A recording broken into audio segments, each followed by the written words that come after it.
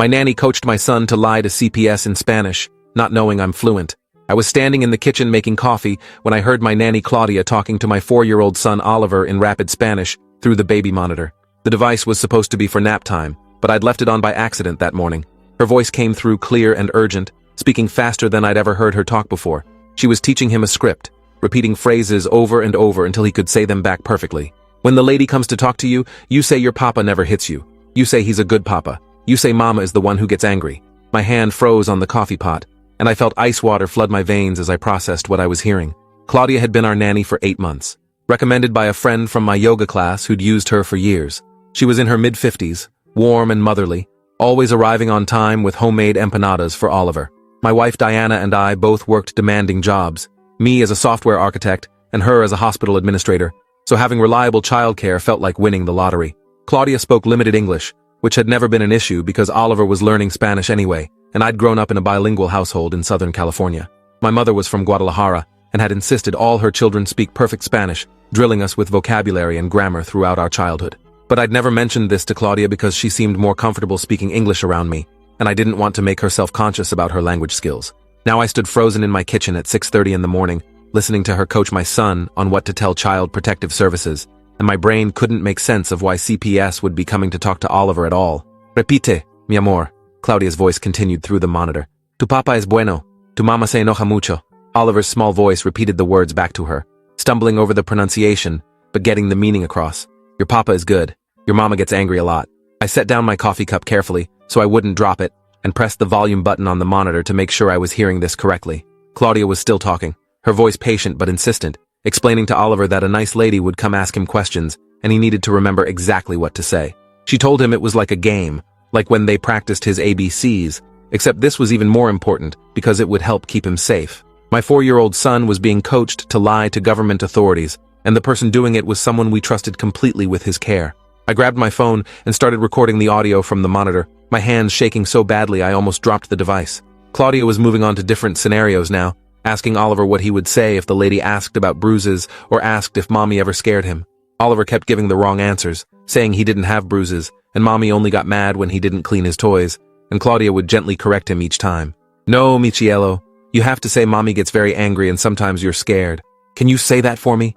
Oliver repeated it back in his sweet, trusting voice, and I felt rage building in my chest that made it hard to breathe normally. This woman was teaching my baby to accuse his mother of abuse, programming him like a computer with false memories and scripted responses. I saved the recording and immediately started a new one, making sure I captured every word of this conversation before Claudia realized I could hear them. She spent another 10 minutes drilling Oliver on his responses, praising him when he got the script right and patiently correcting him when he deviated from what she wanted him to say. The whole thing was methodical and practiced, like she'd done this before and knew exactly how to manipulate a small child into believing a false narrative. When she finally seemed satisfied with his performance, I heard her tell Oliver they should go downstairs for breakfast, and I quickly shut off the monitor and tried to compose my face into something normal. My mind was racing through possibilities, trying to understand what the hell was happening in my house and why our nanny was preparing my son for a CPS interview we knew nothing about. Had someone reported us? Was Claudia setting us up for something? The sound of footsteps on the stairs made me turn toward the doorway with my coffee cup in hand, trying to look casual despite the adrenaline screaming through my system. Claudia walked into the kitchen with Oliver holding her hand, both of them smiling like this was just another normal morning in our household. She greeted me warmly in her accented English, asking if I wanted her to make breakfast, or if I'd already eaten. Oliver ran over to hug my legs, chattering about the cartoon he wanted to watch, completely oblivious to the fact that he'd just been programmed to destroy his mother's life. I picked him up and held him close, studying his innocent face for any sign that he understood what Claudia had been teaching him. But he was just my normal happy kid asking if he could have chocolate chip pancakes. Claudia started pulling out ingredients from the pantry, humming to herself while I sat Oliver at the kitchen table with his coloring books. Every movement she made felt sinister now, every smile hiding something calculated and cruel. I excused myself to use the bathroom and instead went to my home office, locking the door behind me and immediately calling Diana at the hospital. She answered on the third ring, her voice distracted because she was probably in the middle of morning rounds. I kept my voice low and told her we had an emergency with Claudia, that I'd recorded something extremely disturbing and needed her to come home as soon as possible. Diana's voice shifted instantly from distracted to focused, asking if Oliver was okay and if she should call the police. I told her Oliver was physically fine, but we needed to talk privately before making any decisions about next steps. She said she'd be home in 40 minutes and to keep everything normal until she arrived. I went back downstairs and found Claudia making pancakes, while Oliver colored a picture of a dinosaur. The scene so domestic and peaceful it made my stomach turn. I sat at the table with my son and tried to make small talk with Claudia, asking about her plans for the day and whether she needed me to pick anything up from the store. She chatted normally about taking Oliver to the park if the weather stayed nice, maybe stopping by the library for new books. Her performance was flawless, not a hint of the manipulation I'd witnessed through the monitor an hour earlier. When Diana's car pulled into the driveway earlier than expected, Claudia looked surprised but pleased, commenting that it was nice she could join us for breakfast. Diana came through the door with her work bag still on her shoulder and her badge from the hospital clipped to her scrubs. She smiled at Claudia and Oliver, but I could see the tension around her eyes, the way her jaw was clenched tight beneath the pleasant expression. I suggested Oliver might want to watch cartoons in the living room, and Claudia immediately offered to set him up with his favorite show. Once they were out of the kitchen, Diana grabbed my arm hard enough to leave marks and demanded to know what was going on. I pulled out my phone and played her the recording, watching her face cycle through confusion, then shock, then pure rage as she listened to Claudia coaching our son to accuse her of abuse. Diana's hands started shaking, and she had to sit down at the kitchen table, pressing her palms flat against the wood to steady herself. She whispered that this couldn't be real, that there had to be some explanation, but I played the recording again, and there was no misunderstanding Claudia's intentions. My wife looked at me with tears in her eyes and asked why our nanny would do this to us, what we'd ever done to deserve being set up like this. I had no answers, just the sick feeling in my gut that we'd invited someone dangerous into our home and given her unrestricted access to our child. Diana wanted to confront Claudia immediately, but I convinced her we needed to be smart about this and document everything before making any moves. I suggested we call a lawyer first to understand our legal options and figure out whether CPS had actually been contacted or if Claudia was preparing for something she planned to do in the future.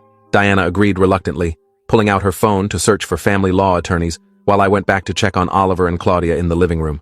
They were sitting together on the couch watching animated characters sing about friendship, Oliver cuddled up against Claudia like she was his grandmother. The contrast between this sweet scene and the sinister coaching session from this morning made me feel physically ill, and I had to force myself to smile and ask if anyone needed snacks. Claudia said they were fine, and that she'd make Oliver lunch in a little while, her voice so caring and genuine that I almost doubted my own ears about what I'd heard earlier. But the recording on my phone was real, and whatever game Claudia was playing, we needed to figure it out before she destroyed our family. Diana found a lawyer who could see us that afternoon, and I told Claudia that we needed to run some errands and would take Oliver with us. She looked disappointed, mentioning she'd planned activities for the afternoon, but accepted our decision with grace. I grabbed Oliver and we left the house, not trusting Claudia alone there even for a few hours. We drove to the lawyer's office in tense silence, Oliver chattering in the back seat about wanting to go to the park. The attorney's name was Patricia Volkov, and her office was in a converted house downtown with comfortable furniture and children's toys in the waiting room. She was in her early 60s with sharp eyes and an efficient manner, listening to our story without interruption while taking detailed notes. When I played her the recording, she closed her eyes briefly and then asked permission to make a copy for her files. Patricia explained that what Claudia was doing could constitute several crimes, including child abuse, witness tampering, and conspiracy to file a false report. She asked if we had any idea why Claudia would target our family specifically, and we both shook our heads in complete confusion. Patricia walked us through our options methodically, starting with the fact that we should not confront Claudia directly or fire her yet, because that could spook her into filing a CPS report immediately with Oliver already coached on his false testimony. She suggested we continue acting normal while gathering more evidence about Claudia's intentions and connections. Patricia recommended installing security cameras in our home to document any further coaching sessions, and she wanted us to start keeping a detailed log of all interactions with Claudia, including dates, times, and witnesses to her behavior with Oliver. She also advised us to schedule a wellness check with Oliver's pediatrician to document his current physical and emotional state, creating a baseline record before any accusations were made. Diana asked what would happen if CPS showed up at our door tomorrow, and Patricia's face grew serious as she explained that even false accusations could result in investigations, interviews with Oliver at school, and potential removal of our child during the investigation period. The system was designed to protect children, which meant sometimes innocent families got caught up in nightmarish scenarios where they had to prove their innocence. Patricia said our best defense was documentation, witnesses, and getting ahead of whatever Claudia was planning. We left her office with an action plan and a sick feeling that our lives had become a legal thriller we never auditioned for. I called my mother from the car and asked if she and my father could come visit for a few days, using a family emergency as the excuse without going into details over the phone. My parents lived 2 hours away in Orange County, and my mother immediately said they'd drive up that evening and stay as long as we needed them. Having them in the house would provide additional witnesses to our parenting and to Claudia's behavior. Plus, my mother's Spanish fluency meant she could monitor conversations I might miss. Diana contacted Oliver's preschool and set up a meeting with his teacher for the next morning, explaining that we wanted to document his current behavior and emotional state for our records. The teacher, a kind woman named Leslie who'd taught for 20 years, seemed surprised by the urgent request, but agreed to write up a detailed assessment of Oliver's development and any concerns she'd noticed. We spent that evening installing hidden cameras throughout our house, small devices that looked like phone chargers and smoke detectors, but recorded everything happening in the main rooms. I felt sleazy doing it, like I was violating Claudia's privacy. But Patricia had been clear that we needed video evidence of any coaching sessions or suspicious behavior. My parents arrived around 8 o'clock with suitcases and concerned faces, and I filled them in on the situation after Oliver was asleep. My mother's face went white with rage as I played her the recording, and she started cursing in Spanish about people who hurt children and families. My father, normally calm and measured, suggested we call the police immediately and have Claudia arrested, but I explained Patricia's advice about not spooking her before we understood the full scope of her plan. My mother asked if I'd searched online for information about Claudia, and I realized with a sinking feeling that we'd done only the most basic background check when we hired her. Our friend Bethany had vouched for her enthusiastically, and Claudia had provided references from 2 other families she'd worked for previously. I'd called both references, and they'd given glowing reviews, praising Claudia's reliability and affection for their children. Now I wondered if those references were even real, or if we'd been so desperate for good childcare that we'd skipped important verification steps. My father opened his laptop, and we started searching Claudia's full name, Claudia Mendoza, which was unfortunately common enough that hundreds of results came up. We tried adding our city and state, then her approximate age, then combinations of words like nanny and childcare. After 2 hours of searching, we found something that made my blood run cold. A news article from 3 years ago in a city about 90 miles north mentioned a custody battle where a nanny named Claudia Mendoza had testified against a mother, claiming she'd witnessed abuse in the home. The mother had lost custody temporarily while the case was investigated, but eventually the charges were dropped, and the nanny was found to have fabricated evidence at the request of the father, who was trying to gain full custody during a contentious divorce.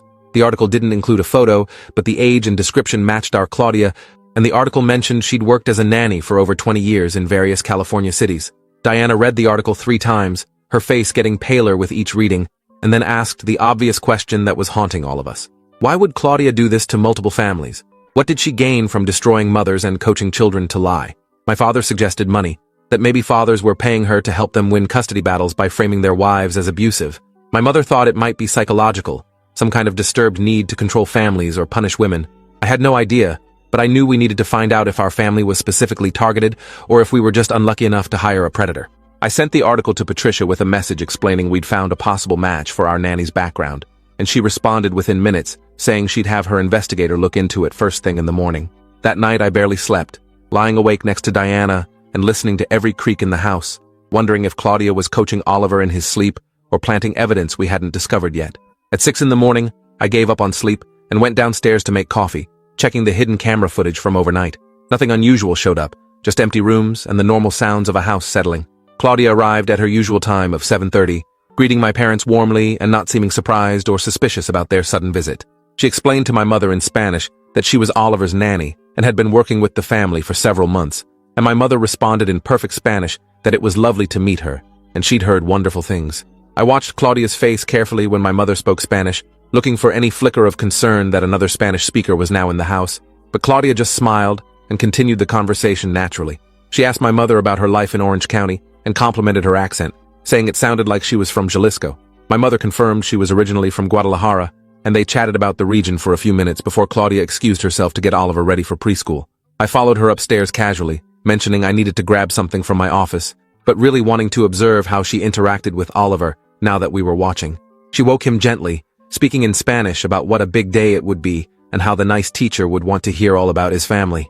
My stomach clenched at that phrase, wondering if she was still coaching him, or if I was reading sinister intent into innocent words. Oliver got dressed and came downstairs for breakfast, climbing into my mother's lap and asking her in English if she'd read him stories later. My mother hugged him tight and promised they'd read all his favorites, and I saw tears in her eyes when Oliver wasn't looking. We all knew what was at stake here, that if Claudia succeeded in her plan, this little boy could be taken from us based on lies and manipulation. Diana left for work, looking exhausted and terrified, hugging Oliver extra long before she went out the door.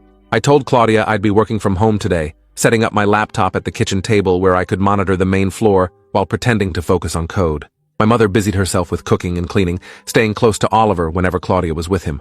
My father read the newspaper in the living room, but I could see him watching Claudia over the top of the pages, his expression harder than usual. The morning passed slowly with no incidents, just normal nanny activities like playing blocks and reading books. But around noon, while I was on a video call with my team and my parents were both upstairs, I saw through my peripheral vision that Claudia had taken Oliver into the playroom and closed the door. My heart rate spiked immediately, and I ended the call abruptly, walking quickly toward the playroom. I could hear Claudia speaking Spanish inside, her voice low and urgent again, and I pressed my ear against the door to listen. She was reviewing the script from yesterday, asking Oliver if he remembered what to say when the nice lady came to visit, reminding him that it was important to protect Papa from Mama's anger. I felt rage surge through my chest so intense that my vision actually blurred at the edges, and I had to force myself not to kick down the door and physically throw this woman out of my house. Instead, I knocked loudly and opened the door with a bright smile, asking in English if they wanted to join me for lunch. Claudia's face was smooth and pleasant when she turned to face me, no trace of guilt or concern, and Oliver bounced over talking about the puzzle they'd been working on. I led them both back to the kitchen where my parents had returned downstairs, and I made sandwiches while my mother engaged Claudia in conversation about her family and background. Claudia talked easily about growing up in Mexico City, moving to California in her 20s, working various jobs before settling into childcare. She mentioned she had adult children of her own living in different states, and that she'd been married twice but was single now. Everything she said sounded normal and truthful, but I couldn't shake the feeling that we were talking to a skilled actress who'd perfected her cover story over decades. After lunch, I suggested we all go to the park together, wanting to keep Oliver and Claudia in constant supervision. Claudia looked slightly annoyed at the suggestion, mentioning she usually took Oliver alone so he could play freely, but agreed when my parents enthusiastically said they'd love to join. At the park, I watched Claudia interact with other nannies and parents, noting how she positioned herself as the loving grandmother figure, talking about her boy and how special he was. She introduced Oliver to other children and encouraged him to play on the equipment while she sat on a bench with two other caregivers.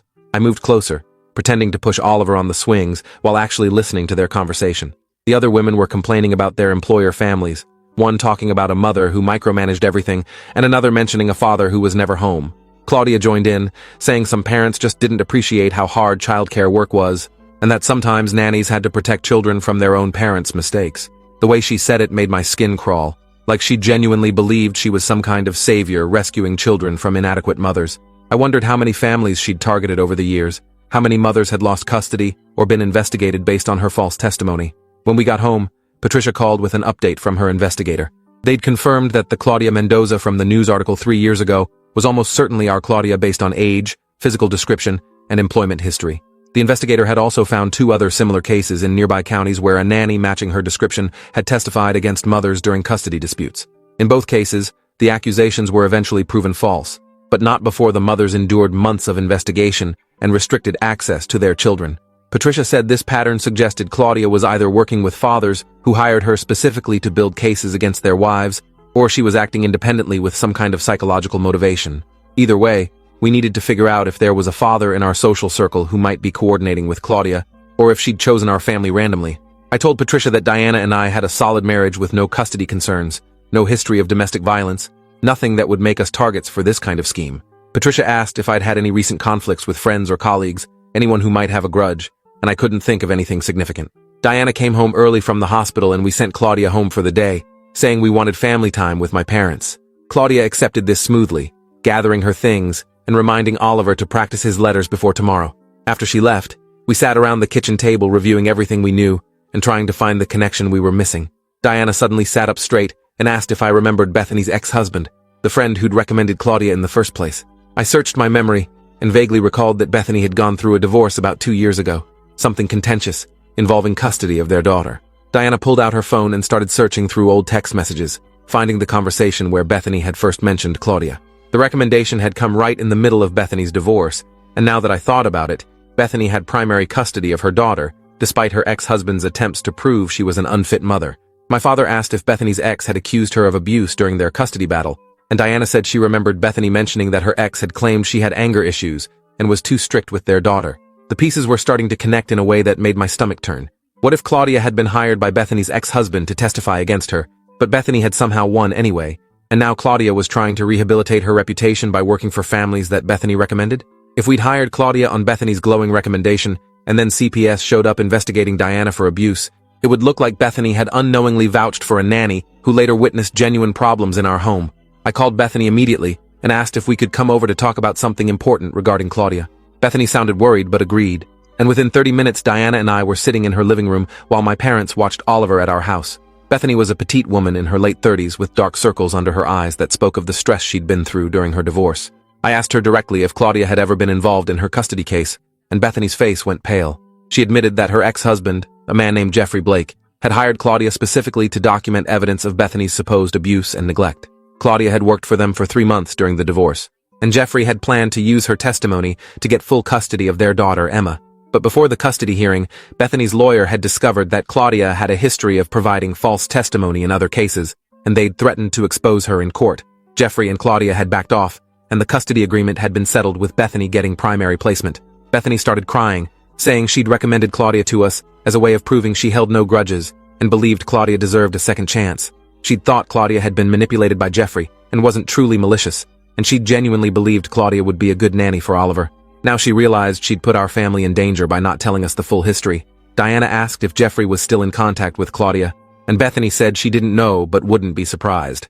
We left Bethany's house with more questions than answers, driving back home in silence. If Claudia was working with Jeffrey to target families in Bethany's social circle, what was the end game? Revenge against Bethany for exposing her false testimony? Money from fathers willing to pay for manufactured evidence? Or something darker we hadn't figured out yet? Patricia called that evening with disturbing news. Her investigator had discovered that Jeffrey Blake was part of a men's rights group that connected fathers going through contentious custody battles. Several members of the group had used the same tactic of hiring sympathetic nannies or caregivers who would document evidence against mothers and testify in court. Claudia's name appeared in connection with at least 5 cases over the past 7 years, always working for fathers who were trying to prove their wives were abusive or neglectful. Patricia said this was a coordinated pattern, not random chance, and that we needed to assume Jeffrey and Claudia were specifically targeting our family as retaliation against Bethany. The plan was probably to have CPS investigate Diana based on Claudia's testimony and Oliver's coached statements. And when the investigation disrupted our lives and cost us money in legal fees, it would serve as a warning to other mothers in Bethany's social circle not to expose Claudia's methods. Diana started shaking when she heard this, realizing we'd been targeted as pawns in someone else's revenge plot, and our son had been turned into a weapon against us. I held her while she cried, feeling helpless rage at the people who'd done this to our family. The next morning, I made a decision that Patricia had advised against, but that felt necessary. I was done playing defense and gathering evidence. I wanted to confront Claudia directly and let her know we understood exactly what she was doing. When she arrived at 7:30, I asked her to sit down at the kitchen table before she went upstairs to get Oliver. Claudia looked confused but complied, setting down her bag and folding her hands in her lap. I pulled out my phone and played the recording of her coaching Oliver to lie about Diana. I watched her face carefully as the Spanish words filled the kitchen, and for the first time since we'd met her, I saw Claudia's mask slip. Her expression cycled through shock, then calculation, then cold anger. When the recording ended, I spoke to her in perfect Spanish, telling her I'd understood every word she'd said to my son, every lie she'd taught him, every manipulation she'd attempted. I told her I knew about her history with Jeffrey Blake, about the other families she'd targeted, about the coordinated scheme to destroy mothers through false accusations. Claudia's face had gone completely blank, and she sat perfectly still while I laid out everything we'd discovered. Then she smiled, and it was the most unsettling thing I'd ever seen. She spoke in Spanish, her voice calm and pleasant, saying I'd made a mistake recording her without consent, and that she could have me arrested for wiretapping. She said whatever investigation we thought we were preventing would happen anyway, because she'd already filed a report with CPS yesterday afternoon, claiming she'd witnessed Diana grab Oliver hard enough to leave bruises and scream at him until he was terrified. The CPS worker was scheduled to interview Oliver at his preschool this morning, and there was nothing I could do to stop it. Claudia stood up smoothly, gathering her bag and heading toward the door. She paused in the doorway and said in English that she hoped we'd learned our lesson about interfering in matters we didn't understand, and that she'd make sure Jeffrey knew Bethany's friends weren't as smart as they thought they were. Then she walked out, leaving me standing in the kitchen with my heart racing and my hands shaking. I immediately called Patricia and Diana, explaining what had happened and that CPS was interviewing Oliver this morning. Patricia said to get to the preschool immediately and request to be present during the interview, and that she'd meet us there with documentation of Claudia's history. Diana left the hospital mid-shift, and we both arrived at Oliver's preschool within 20 minutes, finding a CPS investigator named Monica Alvarez already sitting in the director's office. Monica was a tired-looking woman in her 40s who'd probably seen every kind of family dysfunction imaginable, and she listened patiently while we explained the situation with Claudia. I played her the recording of Claudia coaching Oliver, and then Patricia arrived with printed documentation of Claudia's involvement in previous false accusation cases. Monica's expression shifted from professional neutrality to genuine concern as she reviewed the evidence, and she said this definitely changed the context of Claudia's report. She still needed to interview Oliver as part of protocol, but she'd be listening for signs of coaching, rather than assuming the accusations were credible. We waited in the hallway while Monica spoke with Oliver in a private room, his teacher Leslie present as a support person. The 20 minutes felt like 20 hours, and Diana held my hand so tight I lost feeling in my fingers. When Monica emerged, she looked tired but relieved. She said Oliver's responses showed clear signs of rehearsed statements that contradicted his body language and spontaneous comments. When asked about his mother, Oliver had initially given scripted answers about Diana being angry and scary, but when Monica asked follow-up questions, Oliver couldn't provide specific examples and quickly reverted to talking about how Mommy made good cookies and read him stories every night. Monica said she'd be noting in her report that the initial accusation appeared to be fabricated and coached, and that she'd be referring Claudia's case to law enforcement for filing a false report. She also mentioned that Oliver seemed like a happy, well-adjusted child with no signs of abuse or neglect, and that she saw no reason to pursue the investigation further. Diana burst into tears of relief, and I felt something loosen in my chest that had been tight since the morning I'd first heard Claudia's voice through the monitor. Monica asked if we wanted to file charges against Claudia for child abuse, witness tampering, and filing a false report, and I said absolutely yes. She provided us with the name of a detective who specialized in cases involving children and false accusations, and said she'd be sending over all her documentation to support criminal charges. We took Oliver home and spent the rest of the day just holding him, playing with him, reassuring him that everything was okay, and that he never had to see Claudia again. 2 days later, Detective Raymond Foster contacted us to schedule an interview about Claudia's actions. He was a veteran investigator with a calm, methodical approach, and he spent 3 hours going through every piece of evidence we'd gathered. He said this was part of a larger investigation into a network of individuals who were manufacturing false abuse cases for profit and revenge, and that Claudia was a key player they'd been trying to build a case against for years. Our documentation and recordings provided the concrete evidence they needed to finally bring charges. Detective Foster explained that Jeffrey Blake was also being investigated for conspiracy to file false reports, and that several other fathers in his men's rights group were under scrutiny for similar schemes.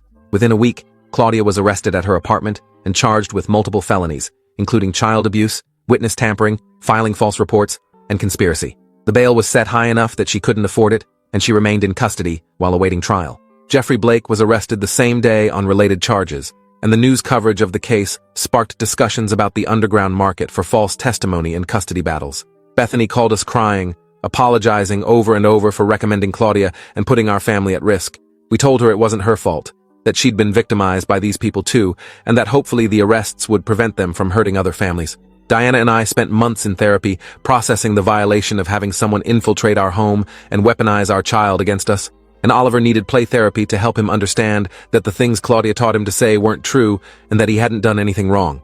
The trial happened 8 months later, and I had to testify about the recordings and the coaching sessions I'd witnessed. Claudia's defense tried to argue that she'd been trying to protect Oliver from genuine abuse she'd witnessed, but the pattern of her involvement in multiple false accusation cases over the years destroyed her credibility. The jury convicted her on all counts, and the judge sentenced her to 6 years in prison, calling her actions a betrayal of the trust that families place in caregivers. Jeffrey Blake received 4 years for conspiracy and coordination of false reports.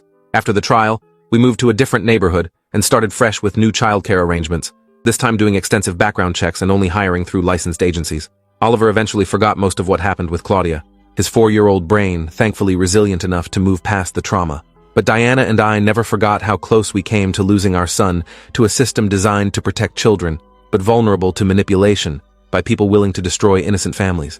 We became advocates for reform in how CPS handles accusations, pushing for better training to recognize coach testimony and patterns of false reporting. If you're still here, you're a true fan. Show some support with a like and subscribe to catch the next one.